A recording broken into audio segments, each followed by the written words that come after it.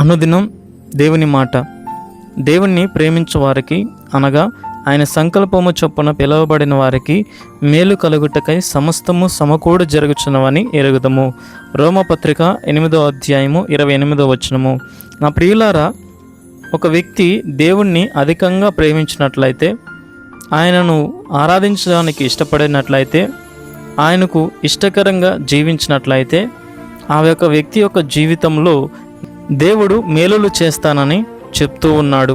నా ప్రియులారా, నువ్వు కన్నటువంటి బిడ్డలు నీ మాట విన్నట్లయితే, నీకు లోబడి జీవించినట్లయితే, నిన్ను అధికంగా ప్రేమించినట్లయితే, ఆ బిడ్డ యందు నువ్వు ఏ రీతిగా ఆ బిడ్డకి కావాల్సినటువంటిని కూడా తీసివ్వడానికి ఇష్టపడతావో, అలాగే నిన్ను సృష్టించినటువంటి దేవుణ్ణి నువ్వు అధికంగా ప్రేమించినట్లయితే, ఆయనకు ఇష్టకరంగా జీవించినట్లయితే, ఆయన కూడా నీ పట్ల తన మేలును కలగచేసి నిన్ను దేవుడు ఘనపరుస్తానని వాగ్దానం చేస్తూ ఉన్నాడు. ఆలోచించండి, ఈరోజు అనేక మంది ఏం చేస్తున్నారంటే, దేవుణ్ణి ప్రేమించకుండా లోకంలో ఉన్నటువంటిని అన్నిటినీ ప్రేమించి దేవుని యొక్క సహాయము పొందలేకపోతున్నారు. నా ప్రియులారా, నీ శక్తి చేత కానీ నీ బలము చేత కానీ నువ్వేమీ కూడా సాధించలేవు. గనుక నీ జీవితంలో మొదటి స్థానము ఆయనకివ్వు.